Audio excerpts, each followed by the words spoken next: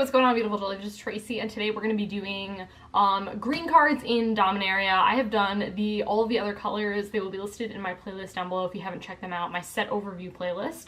But I'm super excited. I'm very hyped on this set. I think there's a lot of really solid things going on here, and I'm really excited. I think I'm going to do... what is it, limited or whatever, sealed. I'm gonna do sealed for the set, which normally I'm not a huge sealed fan, but I think this set is like really sweet and I want to crack some packs. It's been a really long time since I played sealed, so let's see. But anyways, green cards. Oh god, there's so many sweet things in green, and honestly, I didn't want to talk about every card, but I really wanted to talk about every card because there's so many sweet things. So even the cards I didn't mention, there's a lot of really good things as well. The first card is Multani, Yavimaya's Avatar. Good lord, this card is the definition of a bomb. It is a 6 mana 0/0. It's got reach and trample, and it gets +1/+1 for each land you control and each land in your graveyard. So pretty much, this is already starting out as a 6 mana 6/6 reach trampler, which is already busted, okay? And then it's got, for 2, you return 2 lands you control to their owner's hands. Return this to your graveyard or your hand. I think this is probably one of the best cards in the set, like, hands down. It's busted. Because, like I said, it pretty much starts out as a 6/6, but that's saying that you're casting it on turn 6. But pretty much it's gonna get, I know it's gonna get bigger. You're gonna have way more lands probably than 6 lands. And you have those lands in your graveyard too, if you have that. But you can just bounce 2 lands to those owner's hands, who even cares? And then you return this to your graveyard or your hand, so it's just, like, very hard to remove. Card is amazing. I think probably the best card in green. Absolutely phenomenal. Love it. Okay, then we have Kamals Doretta Vow. Okay, this card's sweet. So it's X and 2 green. You look at the top X cards of your library. You may put any number of lands and or legendary permanent cards with converted mana cost X or less onto the battlefield and put the rest into your graveyard. This card's stupid. This is like Genesis Wave. It's amazing. Normally, I'm not a fan of cards that are like not removal and your instants and sorcery slots, but I had to make an exception. This card's fantastic. So pretty much you're like, sweet, I'm gonna do this for 6 mana and get like anything. And you get lands too, which is super sweet. And you get all the legendary ones. Oh my god, this card's just absolutely fantastic. Goodness lord. Love this card. Okay, Steelleaf Champion. What on earth? Who authorized this? This is, I think, the best out of the triple colored cards. Card's super dumb. It's triple green, who cares, for a 5/4. I mean, what? Like, you really could have just stopped there and I would have been like, what on earth? But it's got this other ability tacked on. It can't be blocked by creatures with power 2 or less. What? I mean, given this format is, you know, there's a lot of really big things in this format, but like, who cares? It's a 3 mana 5/4. What is not to like about this card? Card's amazing. Definitely want to mess around with that card. Okay, Saga. I didn't say Sega that time. Saga, Song of Freyalise. I think this card's super sweet. So the 1 and the 2, I don't know what we're calling those, but the 1 and the 2 of this card, is until your next turn, creatures you control gain, tap, add 1 mana of any color to your pool, which I think is really sweet. I think this is really cool in early stages of the game, when you kind of just need a little bit of extra mana. However, this card works really well in late stages of the game because for the 3 for the green, it's put a +1 counter on each creature you control. They gain Vigilance, Trample, and Indestructible until end of turn. What on earth is this card? This card is just nuts, and it's an uncommon. I'm blown away that this card is an uncommon. I think it's fantastic. Like, the fact that it was like, okay, put a +1 counter on each creature you control. I would have been like, that's really sweet for 2 mana. I mean, then you have to wait like 3 turns, but who cares? Then your entire team gets Vigilance, Trample, and Indestructible until end of turn. What on earth is that for 2 mana? Who cares if you have to wait 3 turns? If this stays around, it probably means you just win the game. This card's stupid. Absolutely busted. Okay, then we have Grun, the Lonely King, card suite. 6 mana, 5/5, it's got kicker, so you can pay basically 9 mana for it. But if it was kicked, it enters with 5 additional counters on it. So you pay 9 mana to get a 10/10. Okay, sweet, I like that. But it, yeah, so, oh, and then when it attacks alone, you double its power and toughness until end of turn. I mean, realistically, this card kind of needs trample, I would say, but who cares? You just have like a super big dude, and if they don't have any blockers, you just kill them because he gets super big. This is one of the cards that I think, like,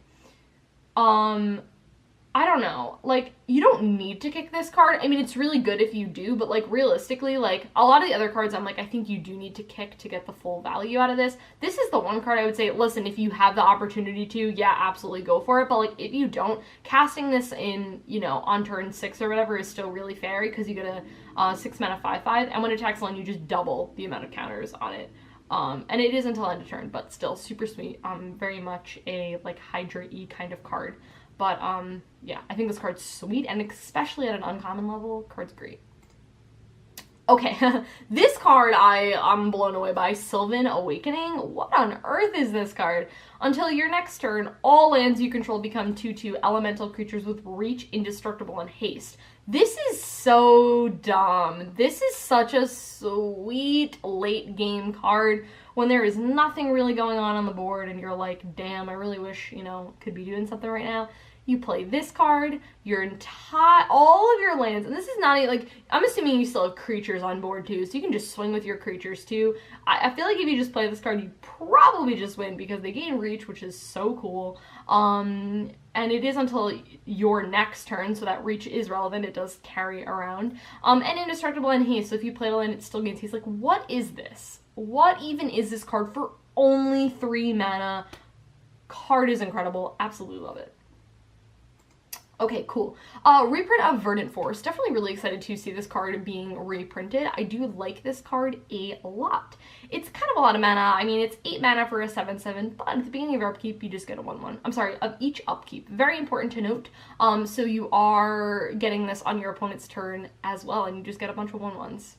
What's not to like about this card? I like big teams. I like token generating things. I think they're really great. I think this card's sweet. I'm super happy to see it reprinted. Okay, then we have Spore Swarm. Really like this card. Really like to see this card in green too. Green token gen, I'm kind of a fan of that. I like this card a lot. It's 4 mana instant speed. You create 3 1/1s. Nothing super fancy, but again, I really like token gen things. I love the fact that this is instant speed. You're paying 4 mana to get 3 power. It's very straightforward, not a lot to say, but card is very strong. I like it a lot at the uncommon level. Okay, then we have Thorn Elemental. Okay, cool. You may have it assign its combat damage as though it weren't blocked. I'm not too sure why it just doesn't say unblockable. I'm a little confused about that. I feel like this is older wording on this, but yeah, I mean, this card's just a big body. It's an excuse me. It's an uncommon, and it's like casually just a 7/7 with unblockable. It's nothing super fancy, but I do think this card is pretty sweet. I like it. Okay, Untamed Kavu. This card's sweet. Okay, so you may look at this card and just say, Tracy, it's a 2 mana 2/2 Vigilance Trample, and I'd be like, hey, I'm good with that, fam. But if you kick it for 3, so it becomes a total of 5, you get a 5/5 Vigilance Trample. What is not to like about this card? This is like every green player's dream, like, card. Again, you probably want to get it for the kicker cost, but, like, honestly, though, this card's just busted. It's such a solid uncommon. I'm very pleased to see this. Love this card. Okay, then we have Ancient Animus. Yeah, super important. I really like this card a lot. It's common, and it's pretty much just a common removal spell for the most part. What I really like about it is that you give something +1/+1, and then it fights something. So, like, say you were, like, just a little shy of trying to kill something. You know, you have a 5/5, and they have a 6/6. You know, you can give it that +1/+1 counter and then have it fight, so both your creatures die, but it's 2 mana removal spell. I'm really pleased with this card. I think the +1/+1 adds just a little bit something to that fight mechanic. Card's great. Okay, and the last card is Mammoth Spider. I really like the whole big spider reach dude things, because it honestly, like, there's usually just flying everywhere, and again, flying is just amazing, and trying to deal with it is really tough. So having just a giant blocker where it's got that 5 toughness is so relevant. It's just a big dude. There's not a whole lot to say about this card, and it's also just an uncommon, it's a common, which I really like. 5 mana, 3/5 flyer. I'm sorry, reacher. Very basic, very straightforward, but very important in this set.